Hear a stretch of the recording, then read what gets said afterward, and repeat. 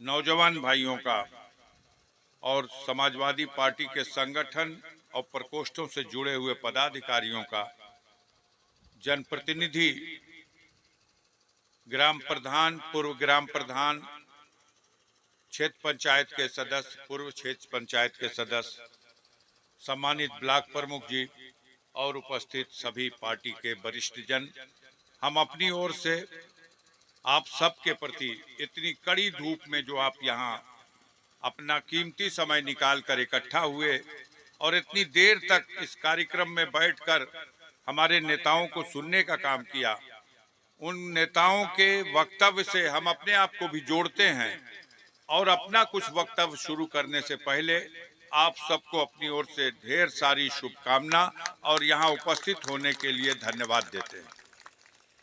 कम समय में अपनी बात कहने की कोशिश करूंगा।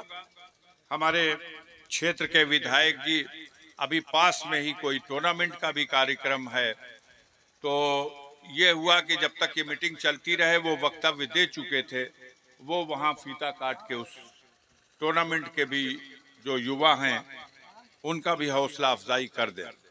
तो मैं आपके बीच में, बंद करो मोबाइल, संचालक महोदय, ये संचार के साधनों के क्रांति का दौर है, हर हाथ में मोबाइल है, लेकिन मोबाइल के इस्तेमाल करने का समय है, तो थोड़ी देर बर्दाश्त कर लीजिए, ये कार्यक्रम समाप्त हो जाए, या साइलेंट मोड में कर लीजिए, उठ के हट के बात कर लीजिए।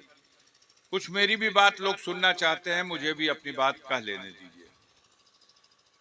देखिए, हमारे देश में आजादी के बाद 1947 के बाद देश को चलाने के लिए बाबा साहब भीमराव अंबेडकर के नेतृत्व में एक संविधान बनाने के लिए कमेटी का गठन हुआ और बाबा साहब के अथक प्रयास से देश को एक व्यापक और एक शानदार संविधान 26 जनवरी सन 1950 को, जिसे देश ने स्वीकार किया, उस संविधान को प्राप्त करने का काम किया। अब उस संविधान के रास्ते से यह देश एक लोकतांत्रिक व्यवस्था में, जिसे डेमोक्रेसी कह लीजिए या जमहूरियत कह लीजिए, उस सिस्टम से यह देश चल रहा है। हर 5 साल के बाद चुनाव होता है।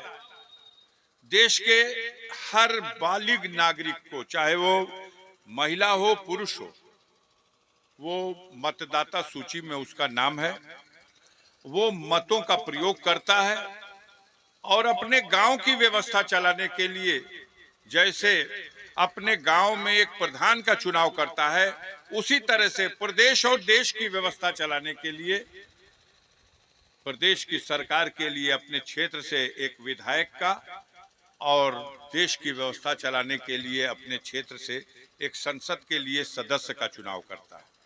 हर 5 साल के बाद यह चुनाव सन 52 में हुआ, पहली लोकसभा का गठन हुआ, 57 में हुआ दूसरी लोकसभा का गठन हुआ, अभी वर्तमान समय में 17वीं लोकसभा का गठन है, जो 30 मई तक इसका कार्यकाल है, जिसका चुनाव 2019 में हुआ था, और अब 30 मई 2024 से पहले 18वीं लोकसभा के लिए, 18वीं लोकसभा के लिए बहुत जल्द प्रोग्राम का ऐलान कर दिया जाएगा। इतना विशाल देश है कि 7-8 चरणों में संभावना है कि चुनाव होंगे। अगर पहले चरण में चुनाव हुआ तो हम समझते हैं मार्च से ही ये चुनावी प्रक्रिया इधर से शुरू हो जाएगी। अगर अंतिम चरण में हुआ तो हम लोगों का नंबर, वोटिंग का नंबर मई आते आते होगा। पिछली बार आपको याद है 19 मई को वोट पड़ा था गाजीपुर में, 23 मई को गणना हुई थी। अब देखिए, प्रोग्राम आ जाए तब स्पष्ट होगा। अटकलें लगाना इसी के आसपास, ये आप उम्मीद कर सकते हैं। अब इस दौरान में देश के पैमाने पर बड़ी चिंता है आम जनता में। सबसे ज्यादा चिंतित हमारा नौजवान है, क्योंकि देश का कर्णधार, कल देश का कर्णधार यही नौजवान बनेगा, जिस नौजवान का इस देश की व्यवस्था में भविष्य अंधकारमय हो चुका है। हमारे देश की व्यवस्था चलाने वाले मालिक जो 16वीं लोकसभा 17वीं लोकसभा में आदरणीय नरेंद्र मोदी जी के नेतृत्व में केंद्र में एनडीए की भारतीय जनता पार्टी की जो सरकार है, उसकी नीतियों से, उसके कार्यक्रमों से और जिस तरह से उन्होंने मनमानापन किया है, संविधान की लीक से हट करके मनमाना रवैया अपनाया है, उसका परिणाम यह है कि आज देश में चारों तरफ त्राही त्राही मची हुई है। हमारा देश जो पहले से दुनिया में एक पिछड़ा हुआ देश माना गया, लेकिन हम जब अपनी कमजोरी को समझेंगे तो हम उस कमजोरी का निदान सही दिशा में करने का प्रयास करेंगे। यहां तो देश के मालिक झूठ बोलने के चैंपियन है, विश्व चैंपियन। ये अपनी कमजोरी को समझ नहीं देना चाहते। अभी कुछ दिनों पहले जो पढ़े लिखे लोग हैं, मेरी बातों पे गंभीरता से सोचिएगा। अभी कुछ दिनों पहले हमारे देश के मुखिया ने कहा कि हम भारत को सन 1943 तक विकसित राष्ट्र बना देंगे, सन 2043 तक विकसित राष्ट्र बना देंगे। जरा थोड़ी देर शांति बना लीजिए महाराज। आप विकसित राष्ट्र, विकासशील राष्ट्र और पिछड़ा राष्ट्र, तीन ही श्रेणी है इस दुनिया में। संसार में जितने भी देश हैं उसमें तीन ही श्रेणी है। तीन श्रेणी में दूसरी श्रेणी में हमारा भारत था। हम विकासशील देशों की श्रेणी में थे। भारत दुनिया के देशों में विकासशील देशों की श्रेणी में काउंट किया जाता था। अभी हम पिछली मीटिंग के बाद सैदपुर से जब आए हैं तो रास्ते में वो फ्लैशिंग न्यूज हमने पढ़ा। विश्व बैंक ने भारत को आज अपने सर्वे और अपने फैसले से विकासशील देश की श्रेणी से निकाल दिया और तीसरे नंबर की जो श्रेणी है उस श्रेणी में, जिसमें श्रीलंका है, जिसमें बांग्लादेश है, जिसमें पाकिस्तान है, जिसमें म्यांमार है, ऐसे राष्ट्रों की श्रेणी में आज भारत को विश्व बैंक ने उस श्रेणी में डाल दिया। हम बड़बोले लोग हैं। हमारे देश के मालिक और हमारे मालिक के चापलूसी करने वाले लोग कहते हैं कि हम विश्व गुरु हो गए। खुश हो जाइए, हमारा देश विश्व गुरु हो चुका है और विश्व गुरु करके विश्व की तीन ही श्रेणी में तीसरी श्रेणी में आ चुका है। सत्य यह है कि विश्व में तीसरी श्रेणी में जो भिखमंगे राष्ट्रों की श्रेणी है, उस राष्ट्र की श्रेणी में भारत आ चुका है और हम विश्व गुरु हैं। तो झूठ बोलने में हम कीर्तिमान हासिल कर चुके हैं। पहले झूठ को मान्यता हमारा समाज नहीं देता था। गांव में अगर प्रधान जी के यहाँ केहू काम लेके जाए, अब प्रधान जी का कमवा ना करे के होके तो कोनो बहाना करन झूठ बोलना कि आज ना हो, हमार मोहरिये छूट गइल बा, कहीं का ले कह दे। कल जब जाए तो फिर कोनो बहाना करके इन्ने उन्ने कर तो आदमी कहा कि प्रधानवा बड़ा झूठा बा हो, हमके 3 दिन से दौड़ाता, हमार कमवे नहीं किया। झूठ को मान्यता नहीं थी, लेकिन आज भारत में झूठ को मान्यता मिल गई। इस देश की जनता ने झूठ को मान्यता नहीं दी, लेकिन देश के मालिकों ने झूठ को मान्यता देने का आचरण प्रस्तुत कर दिया। जब देश का प्रधानमंत्री मंचों से झूठ बोलने लगा और शर्म भी नहीं आई। अभी आए थे, बस्ती के बगल में खलीलाबाद है। खलीलाबाद कबीर दास की भूमि है। कबीर दास की भूमि पर आए थे, एक बहुत बड़ा कार्यक्रम का आयोजन था। चीफ गेस्ट थे नरेंद्र मोदी जी। भाषण देवे लगला, ऐसे मंच सजल हुए, ऐसे जनता प्रधानमंत्री आयल बड़ा। दुनिया की मीडिया टेप कर रही है, सुन रही है और देख रही है कि भारत का प्रधानमंत्री बोलने जा रहा और हमारे प्रधानमंत्री क्या बोल रहे हैं। जब खड़ा भइल तो ज्ञान का भंडार खुल गई तो कहला कि देखा जा भैया, ई ऊ पवित्र धरती बा के एह धरती पे एक समय ऐसा रहल जब सिख गुरु गुरु नानक जी और गोरखपुर के गोरखनाथ महाराज और कबीर दास तीनों जना संघ में बैठ के यही धरती पे समाज धर्म का व्यवस्था पर चर्चा करत रहूं। खूब थपड़ी बजल, खत्म हुआ कार्यक्रम। लड़का पढ़े वाला जाके किताब में देखे लगल सो कि कौना सन में भारत का धरती पे गुरु नानक रहूं आ कौना सन पे अवैधनाथ रहूं आ कौना सन में जन्म ले रहूं कबीर दास। तो 300-350 साल का अंतर बा इन लोगों के बीच में। आ संघ में बैठा के मीटिंग करा देना मोदी जी। यही धरती पे उन लोगों का पंचायत आई है, खड़ा होकर वो जगह पंखा हिलावत रहूं। तो मान्यता दे दिया देश में झूठ बोलने वाले की। आज जब हम ही झूठ बोलब तो कुछ हमारे भक्तों लोग कहीं अरे बाप रे बाप, आप जौन बोलते हैं धर्मावतार, आप कुल सच्चे बोलते हैं। ये परिस्थितियां इस देश के सामने सबसे बड़ी शर्मिंदगी की हैं कि एक तरफ हम गर्त में जा रहे हैं। भारत 1947 में आजाद हुआ। समय समय पे हर लोकसभा के गठन में सरकारें बनी। कोई प्रधानमंत्री एक बेर रहल, कोई प्रधानमंत्री 2 बेर रहल, कोई प्रधानमंत्री 3 बेर रहल, कोई 6वें महीना रहल, कोई साले भर रहल। पंडित जवाहरलाल नेहरू से जो कार्यकाल शुरू हुआ तो वो नरेंद्र मोदी तक चल रहा, 2 बेर हो गई बनकर। इस भारत में देश के चलावे खातिर, देश के उन्नति के मार्ग पर ले जाए खातिर समय समय पे जरूरत पड़ल। ए भाई हमारा पास जहाज नहीं खे, हमके कीने के बा, आ खजाने में पैसा कम पड़ल बा तो कर्जा ले ली। देश में कर्जा लिया सरकारों ने। 2014 में हिसाब भवे जब मोदी जी देश चलावे तो हिसाब भवे तो कहना लोग कि देखा जाए कर्जा में डूबल बा देश। 49 लाख करोड़ रुपया का कर्जा बा। 49 लाख करोड़ रुपया का ये देश पे कर्जा बा। आई धर्मा अवतार मोदी जी अब ये चार्ज ले ले बढ़ा, अब देश का कल्याण हो जाई, देश में राम राज आ जाई।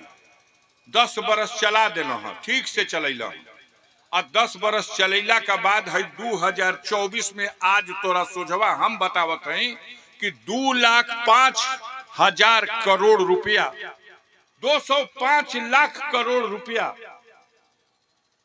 पहले 49 लाख करोड़ रुपया कर्जा रहे 14 में, और 24 में 10 बरस में 205 लाख करोड़ रुपया का कर्जा हो गई। 155 लाख करोड़ रुपया का कर्जा अकेले मोदी जी 10 बरस में ले ले बनो। और 62 बरस में कुल सरकार मिल करके 49 लाख करोड़ ले ले रहे। अभी धर्मा अवतार आयल बना 10 बरस में 155 लाख करोड़ का कर्जा। देश उसके बाद भी तरक्की नहीं।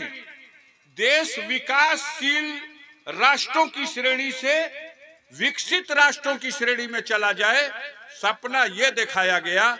और देश को भिखमंगो राष्ट्र की श्रेणी में, तीसरा जो श्रेणी है उस राष्ट्र की श्रेणी में पहुंचा दिया गया। तो ऐसी स्थिति में देश की जनता तो चिंतित है कि ये भाई कुल टीवी, रेडियो, अखबार खाली मोदी जी का जय, मोदी जी का जय, मोदी जी का जय, चारी ओर जय होता। मैं अमेरिका, इंग्लैंड, जापान सब मोदी जी के सामने दंडवत हो गई बा। आदमी झूठा प्रचार देख देख के, सुन सुन के परेशान है। वास्तविकता यह है कि भारत का स्तर और श्रेणी पहुंच गई बांग्लादेश और श्रीलंका का मुकाबला में, वही श्रेणी में। अब आप आइए, क्या है, जब आप आए थे 2014 में तो क्या कहा था आपने देश की जनता से? क्यों देश की जनता ने आप पे भरोसा किया? तो आप कहले रहो मैं देश में तो भ्रष्टाचार बाहो, एक बेर मोदी के लिए वजह इस देश से बेईमानी, घूसखोरी, भ्रष्टाचार अवैध लेन देन कुल खत्म कर दे, एकदम रामराज हो जाई। थाना में जैला पे, तहसील में जैला पे, कचहरी में जैला पे, ब्लॉक में जैला पे केहू गरीब से एको पैसा घूस ना मांगी। चौराहा चौराहा आप एकदम ईमानदार हो जाई देशवे। तो ईमानदारी तो हो गई बना, इतना तो कह दिल 10 बरिस में। बोलिए, हम आप ही का रिस्पांस पूछना चाहते हैं। जनता से वादा हुआ था कि देश में घूसखोरी खत्म, हम कहते हैं कि 10 गुना बढ़ गई बा। जौन 100 रुपया लेके काम होत रहा 2000 रुपया लेते हो, सो तब अभी मुंह टेढ़ का टेढ़े रहता। मुंह जेब खारिज दाखिल करे का हो, ओहू का रेट खुलल बा। अपने पिता के मृत्यु के बाद अपना नाम चढ़वाने के लिए समस्या है, मृत्यु प्रमाण पत्र लेने के लिए पैसा लग रहा। हर काम में घुसखोरी। गरीब कौनो काम लेके चल जाए तहसील में, थाना दिवस में, बिना घूस देहले क्यों काम ना। आपने कहा था कि देश में बेईमानी खत्म करके एकदम सफाई कर दे। अच्छा भैया, और का करब? तो और देश का चोरवा जो ले आके लूट के धैले बान सो स्विस बैंक में 280 लाख करोड़ रुपया, तो 100 दिन में जाई उ कुल रुपया काढ़ के लिए आई और देशवासियन में सदहे 15-15 लाख रुपया बंटवा दे। हाली हाली खाला खाता खोल के रेडी रहल जा, लगल जन धन योजना का खाता खुले। औजा गए सो मैनेजर की दादा कितना खाता खोल, एकदम खाता खोल दो हमार। आवे वाला बा मोदी जी का ड्राफ्टवा। अब का जने चारी ओर तो पैसा भेज दिल 15-15 लाख रुपया देश भर में। अब इन्हें विजय भैया कोशिश ना कैल, बैंक का सर्वर डाउन हो गई बा, ना कि जाके मैनेजर से कह कि ये भैया सर्वरवा तनी ठीक करो, एनियो आ जाओ पैसा सब पर। आके अड़सल बा रुपया 15-15 लाख वाला। तब विजय भैया से कहिया जा मंच से उतर कि जल्दी सर्वर ठीक कराओ बैंक मैनेजर को, ओकर रफ्तार पकड़ दी। अभी तक 2G का स्पीड में चलता है, जब 5G का स्पीड में आई तो कुल रुपया खर्च देना चलिए। धोखा दिया जनता को, कहा कि स्विस बैंक में काला धन जो है वो लेके आएंगे और जनता में बंटवाएंगे। यह भी कहा किसी को न खाएंगे न खाए देंगे, चोरी बेईमानी बंद कर देंगे। हम देश का मालिक ना चौकीदार रहो। तो ये बचावा कि चौकीदार है ही जगह पहरा देता है। ये चारों दुकान शटर बंद बा और रात में चौकीदार पहरा देता, अब माल अंदर से गायब हो जाता। तो बतावा चौकीदारवा का प्रमोशन हुई कि सस्पेंड हुई? बोला। विजय माल्या का नाम केहू जाने ला? इतना आदमी परीक्षा लेते हैं, बताओ जा, हाथ उठावा जा, केहू विजय माल्या का नाम जानता है? बाप रे बाप, इतना आदमी जानते हो। ये देवता हुआ है भैया विजय माल्या। 9,000 करोड़ रुपया चपत के जो देश की गरीब जनता के टैक्स के वसूली हुई कमाई बैंक में थी, वो निकाल ले लस धोखा करके, और 9,000 करोड़ रुपया लेके फुर्र के बेर उड़ल सीधे लंदन में उतर गई। डांस करता सैया भैला कोतवाल अब डर काहे का। विजय माल्या चल गई तो मान लो सूत गई और पकड़िया तर जाके सूत गई चौकीदार। तो नीरव मोदी का नाम सुन लो जा, ललित मोदी का नाम केहू जानता? मेहुल चौकसी के चिन्हले हुआ जा। 11,000 करोड़ रुपया मेहुल चौकसी ले गया और भारत सरकार से नो ड्यूज भी ले गया, नो ऑब्जेक्शन भी ले गया कि दुनिया का जौना देश में चाह बस जा, भारत सरकार के एतराज नहीं किया। ये माननीय नरेंद्र मोदी हमारे चौकीदार साहब, शटर का ताला खुल जाता, माल गायब हो जाता, चौकीदार एकदम ड्यूटी पे पक्का बा। विजय माल्या, नरेंद्र मोदी, आप बताओ, इसका जवाब दो। विजय माल्या कैसे देश से भाग गया पैसा लेके? अच्छा भाग गए तो धो के काहे न लिए लो? आज ले धराइल ना, न नीरव मोदी धरा गया, न ललित मोदी पकड़ा गया, न मेहुल चौकसी पकड़ा गया। 30 गो भागल बाड़ो तो 29 गो देवता लोग गुजराते कहवा मौसिया और भाई लागे लोग रिश्ता में, केहू धरात नहीं खे। आ इधर खजाना बढ़त चल जाता। सब चुनाव लड़ेला party, Congress party, communist party, Samajwadi party. तो देश में एगो व्यवस्था बा कि चंदा देलो लोग कि भैया तोहर पार्टी के हम चंदा देते हैं, तोहर पार्टी का नीति सिद्धांत से हम प्रभावित हैं। तो सब जितना पहले बा वो 3 रुपया में पूरा देश का पार्टी और 97 रुपया एक ही पार्टी। 97 रुपया, 97% धन एक जगह सर्वोच्च न्यायालय में मामला जाता है और सर्वोच्च न्यायालय के चीफ जस्टिस और फुल पीठ बैठती है, संविधान पीठ बैठ के निर्णय देती है स्टेट बैंक इंडिया के गवर्नर को कि आप हिसाब दीजिए जनता को। ये कौन लोग हैं जो चुपके से भीतरी खाना से पैसा देले बड़ा किसी भी पार्टी को, जो इलेक्टोरल बॉन्ड के माध्यम से पैसा दिया गया, इस पे टैक्स नहीं लगता, तो के बाद देले वाला बताओ। अब लगल भागे स्टेट बैंक कि ना ना हम तो अब ना दे पाई। कल चाप दिया सुप्रीम कोर्ट ने कि 24 घंटा के अंदर दे दो चुनाव आयोग के हिसाब, और नहीं तोहरा खिलाफ अवमानना की कार्रवाई कर देंगे। तो अब ये जाके दंडवत क के हिसाब दे देना। 15 तारीख को चुनाव आयोग, भारत निर्वाचन आयोग सुप्रीम कोर्ट को फैसला देगा, उसकी सूची दे देगा और सुप्रीम कोर्ट के आदेश से देश के सामने ये हिसाब सामने आने वाला है।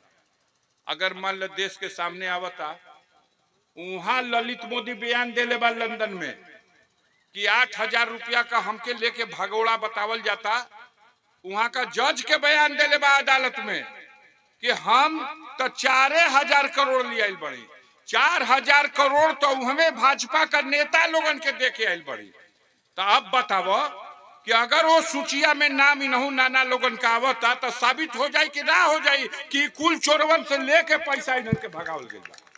आज देश के सामने ये स्थिति है। और ऐसे स्थिति में जो लोग चापलूस लोग हैं वो कहते हैं कि अरे बाप एकदम धर्मा अवतार हुआ, एकदम राम राज आ गिल बा। आई हो राम राज, यही के राम राज कहल जाला। आप कहे थे अच्छा दिन आ जाएगा, नौजवानों को रोजगार देंगे, 2 करोड़ नौजवान हर साल नौकरी पाएगा। याद बाकी ना बताओ, जब नौजवान लोग खड़ा बढ़ जाए। सरकारी नौकरी भक्खर में जाओ, प्राइवेट नौकरी नहीं मिलती।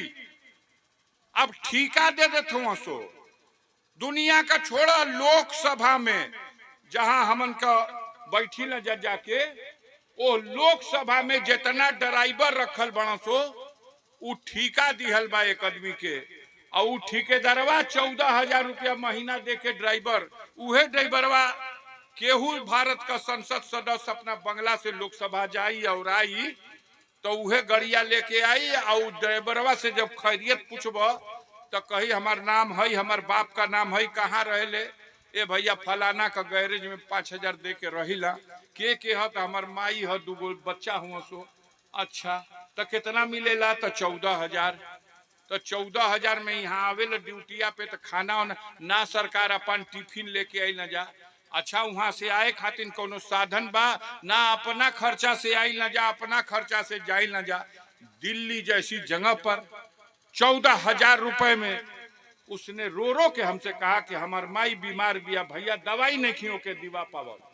और साहू महाजन की यहाँ से जो हम दाल रोटी खातिर आटा कीन के लिए ना, ये महीना का 20 तारीख होत होत पैसा खत्म हो जाला, कुलो करे कि यहाँ से उधार आवेला, अगला महीना का आधा तनख्वाह तो उधारे देला में बीत जाला। तो जब पार्लियामेंट के अंदर, देश के पार्लियामेंट में, ये देश दुनिया ऊपर देश है, देश की पार्लियामेंट का ड्राइवर जब बैठा था एमपी लोग, ओह के ड्राइवर का तनख्वाह दिल्ली में 14,000 रुपया, और वो नौकरी ना तो के पेंशन मिली ना सरकार, तो हर कोनो भविष्य निधि कटाता ना सरकार। बताओ देश का क्या होगा? हर दूसरा साल यहाँ भर्ती होते रहे विजय भैया, ये अब्दुल हमीद का जिला है का, तो सेना में भर्ती कहीं होको चाहे ना होके, गाजीपुर में भर्ती होके, ये बहादुरों का जिला है। जब से देश आजाद हुआ, जब से सीमा की रक्षा में गाजीपुर के जवानों ने हमेशा बलिदान देने का काम किया मातृभूमि की रक्षा में। हर साल भर्ती रक्षा मंत्री देश का यहाँ दड़वे पर बाणा हमन का राजनाथ सिंह, चंदौली जिला। एक भर्ती 10 वर्ष में भइल बा। अगर नहीं भइल तो पूछा जा कि काहे नहीं होत भाई। तू कहले रहो 2 करोड़ लोगों को रोजगार देंगे। पूरे देश में जब हाहाकार मचा तो डरामा कैला सो कि अच्छा भर्ती खोलत है जा, खोलत हो रे भैया। तो हमनी कही कुल सिपाही हवलदार ना भर्ती कल जाई तो का करबो सो। तो हमनी का भर्ती कल जाई अग्निवीर। ये अग्निवीर का होला? तो 4 वर्ष खातिर नौकरी दिहल जाई सेना में। 1.5 वर्ष बेचारा ट्रेनिंग करेगा, 2.5 वर्ष सीमा पर पहरू की ड्यूटी करेगा। अब फिर जब 4 वर्ष के बाद जइहा बेटा तो उनके न पेंशन मिली न कोनो भविष्य निधि मिली। उ जा कोनो छदन लाल मदन लाल का गेट पर गेटकीपरी करो, चौकीदारी करो, उनका भविष्य ये हो जाए। आप बताइए, जिस धरती के वीरों में एक संकल्प शक्ति है कि मातृभूमि के लिए बलिदान दे देंगे और मातृभूमि की रक्षा करेंगे, जब उस सीमा पे खड़ा हुई तो जोड़ी की 4 बरस कर रहली हाँ, 2.5 बरस बीत गई बा, उसे मुकाबला हुई। हम मरा जाइब तब पेंशन मिलल तो छोड़ दो, तिरंगा झंडों में नहीं खसो लपेटल। कई शहीद हो गए अग्निवीर। धोखा है जवानों के साथ। नौकरी के नाम पर ये फरेब है, लेकिन ये हो रहा। मोदी को आय हाय ओकर चपलोसी बतियाए वाला सुने वालन के सुनबा तो ऐसा नहीं कहले रहूं कि ये देश में जब आदमी के हवाई चप्पल पहन के घूमत देखिला तो हमार मन करेला कि इन्हन के हवाई जहाज में उड़ा दें। तो गांव गरीब का बेटा, अरे भैया मोदी कम से कम ई तो उनका दिल में बटले न बा कि गरीब हवाई जहाज में उड़ो। ये सपना में उड़ा दिया। हवाई जहाज तो बेच दिया अडानी को, हवाई जहाज बेच दिया टाटा को। एयर इंडिया टाटा ने खरीद लिया। यह भारत सरकार की एयरलाइंस थी इंडिया। चकमा दिया आपको कि हवाई चप्पल के बैठा दे जहाज में, अपन चप्पलिए देखत रह गया और एयर इंडिया बेच दिया टाटा के हाथ में। आपको पता है एयरपोर्ट बेच दिया। लखनऊ राजधानी का एयरपोर्ट 45 साल के लिए अडानी को पट्टा लिख दिया। दिल्ली का लाल किला डालमिया को 50 साल के लिए पट्टा लिख दिया। रेल बेच दिया। रोज इस देश की संपदा, जो इस देश की पूंजी है, बेच के क्या आप मजा ले रहे हो पूंजीपतियों को? रोज देश को कंगाल कर दिया, कर्जदार कर दिया। अब बात है इतना लमहर लमहर, आज तोहार पत्रकार लोग, आज तोहार टीवी वाला ये खरीदे हुए गुलाम, यह जो है आपकी तारीफ में पुल बांध रहे हैं। हई कह देला मोदी जी तो हऊ कह देला मोदी जी। इसलिए आपके बीच में समाजवादी पार्टी के लोग आज माननीय अखिलेश यादव जी के उस पैगाम को लेके आए हैं कि आने वाले दिनों में जो 28वीं लोकसभा का चुनाव होगा, इस 28वीं लोकसभा के चुनाव में यदि इंडिया गठबंधन को जनता ने जिताया और दिल्ली में सरकार बनी, तो ये जो भर्ती हुई है अग्निवीर वाली, धोखा देने वाली, इस भर्ती को खत्म करके मुकम्मल भर्ती, पूर्ण भर्ती किया जाएगा। नौजवानों के भविष्य से खिलवाड़ नहीं होने दिया जाएगा। उनका सर्टिफिकेट और उनकी शारीरिक क्षमताओं की परीक्षा लेकर के उनको नौकरी दी जाएगी, तो पूरे कार्यकाल के लिए नौकरी दी जाएगी। रिटायर होगा तो पेंशन दी जाएगी। एक तरफ वो लोग हैं और एक तरफ ही चकमा देने वाले लोग हैं। किसान पैदा कर दे रहा खेत में टमाटर तो 2 रुपया किलो, 4 रुपया किलो।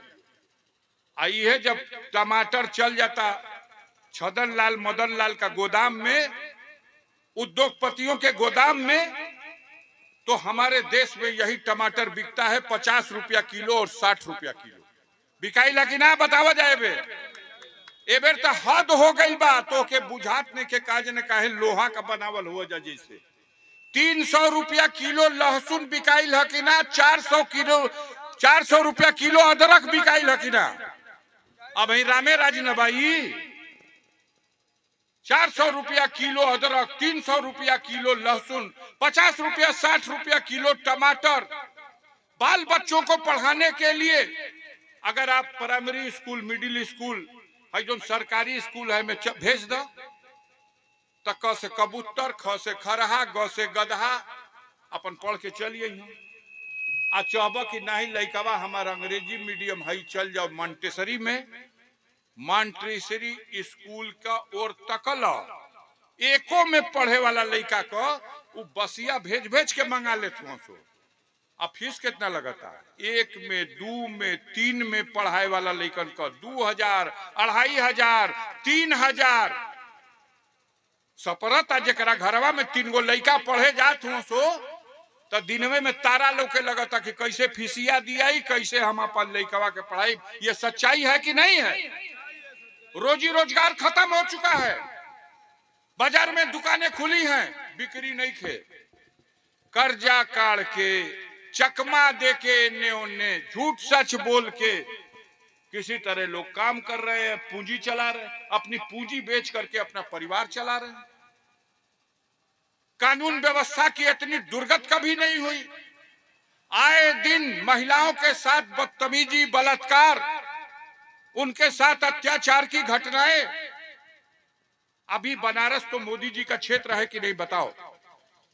अब मोदी जी के क्षेत्र के बीएचयू में एक लड़की को पकड़ करके उसके साथ बलात्कार किया, नंगा करके उसकी फोटो खींचा, और ये काम करने वाले, कुकर्म करने वाले भारतीय जनता पार्टी के आईपी सेल के तीनों पदाधिकारी और कार्यकर्ता थे। क्या हुआ? चला बुलडोजर उन पे? हुई कानून की वो कार्रवाई कि अगला चौराहा पे गोली मारवा देंगे?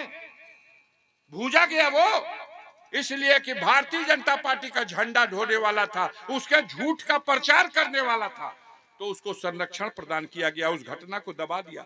जब मोदी जी के क्षेत्र की बेटी सुरक्षित नहीं, तो ये नारा झूठा है कि बेटी बचाओ और बेटी पढ़ाओ।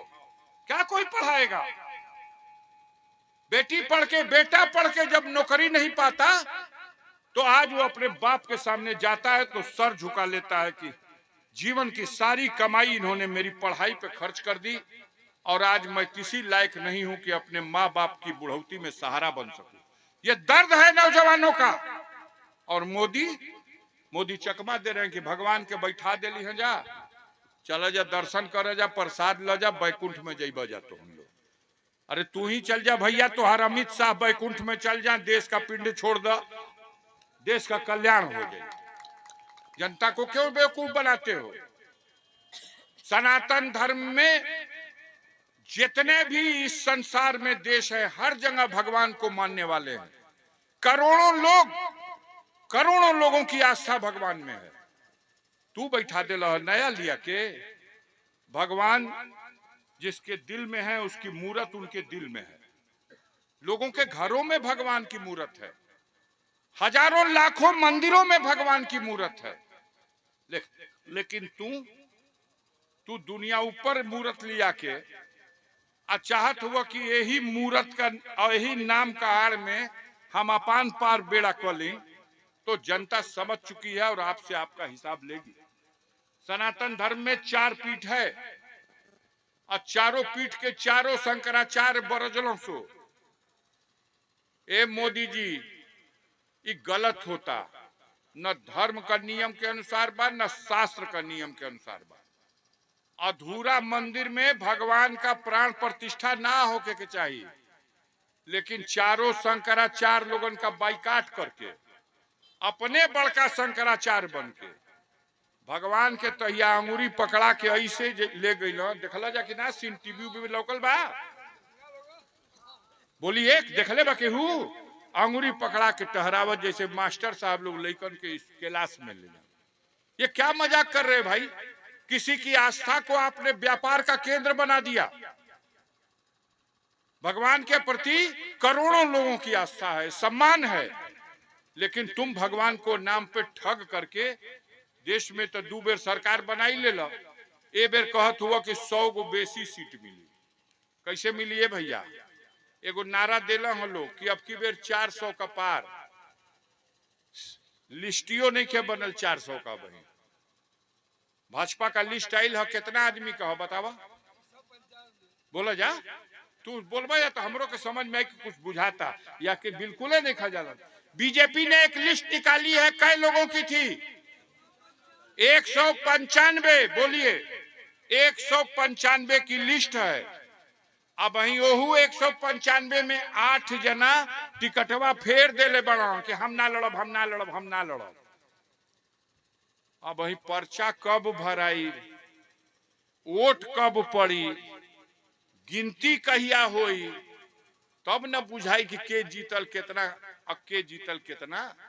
लेकिन आजे से सपना में देख ले बड़ा कि 400 सीट। ये साबित करता है ये घमंड कि आप बेईमानी करना चाहते हो।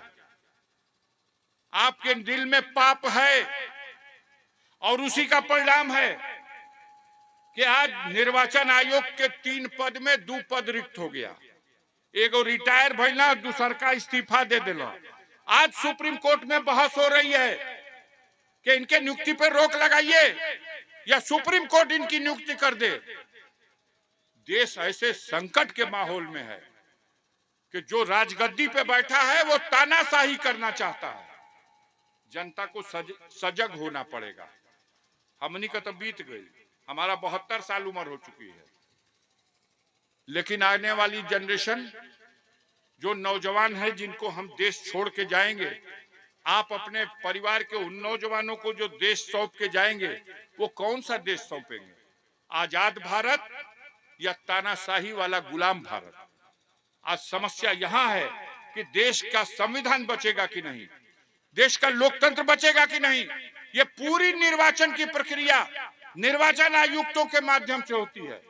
और निर्वाचन आयोग का नियुक्ति कैसे हुई? कानून बना देना हम मोदी। नियुक्ति ऐसे हुई कि मोदी जी रहिया, एगो मोदी जी अपने मंत्री परिषद में का एक आदमी के कहिया कि एगो हमार हई मंत्री रही, और तीसर का आदमी प्रतिपक्ष का नेता होगा। आप बताइए, तो सदहे साबित है कि आप अपनी मनमानी के अनुसार बैठाना चाहते हैं उस पद पे। तो जब मनमानी अभी से आपको है, तो जनता ने जब आपसे कहा है, जब से आपने कहा 400 सीटें बेर लेंगे, तो जनता को तो शक हो गया। हम लोग गांव में जाते हैं तो आम जनता कहती है कि ए भैया ये मशीनिया हटा के अब बैलेट पेपरवा पे वोट ना पड़ सकेला। बूढ़ी बूढ़ी औरतें कहती हैं कि ये बचवा अगर मशीन हट जाई, बैलेट पेपर पे वोट पड़ी, तब मोदी के 100 सीट ना मिली, उनका विदाई हो जाए, वो गुजरात चल जाए। आ नहीं मशीनिया में पड़ी तो कौनो न कौनो चकमा वो दे दे। कहां लोकतंत्र है जब देश की आम जनता, गरीब, अनपढ़, गंवार, गांव में खेतों खलिहानों में काम करने वाली महिलाएं आज शक कर रही हैं कि हमारा देश का मालिक बेईमानी कर सकता है। काहे नहीं खा भैया करा देत बैलेट पेपरवे पे? बोला जा बैलेट पेपर पे वोट पड़े के चाहिए कि मशीन पे? इतना आदमी बैठल बड़ा जा, बोला कितना आदमी चाहत हुआ जा कि बैलेट पेपर से वोट पड़े के चाहिए? उठावा जा हाथ, ऐसे लुकात का बड़ा आ नहीं। अब वही पूछो, अच्छा उतारा जा हाथ। कितना आदमी के चाहता कि मशीनिये में पड़े के चाहिए? ना, 1% आदमी, कोई भी ईमानदार गरीब, किसान, मजदूर, बेरोजगार, नौजवान क्यों नहीं के चाह। लेकिन मोदी और मोदी जी का लेफ्टिनेंट लोग ना ही मशीनिये में। ये मशीन बनल जापान में, लेकिन जापान में वोट मशीन से नहीं पड़ता, बैलेट पेपर से पड़ता है। अमेरिका और इंग्लैंड में भी वोट बैलेट पेपर से पड़ता है, मशीन से नहीं पड़ता है। ये अफसोस की बात है कि हमारे देश में ये व्यवस्था लागू कर दी गई जिसमें बेईमानी की पूरी संभावना बनी रहती है। तो ऐसी स्थिति में देश का आज लोकतंत्र खतरे में है। जगना है, आपको जगना है। आपके पुरखों ने, आपने इस देश को लड़ करके अंग्रेजों से मुक्त कराया है, आजाद कराया है, और बाबा साहब भीमराव अंबेडकर के संविधान के रास्ते से देश को लोकतंत्र के रास्ते पर चलाया है। अब गरीब भाइयों को ठगने के लिए इन समूह के पास तरकीब है। अब चुनाव आ गए, रोज कहिया सो के हाई नेता जातवादी है, हाई नेता परिवारवादी है। अच्छा भाई, तोहन लोग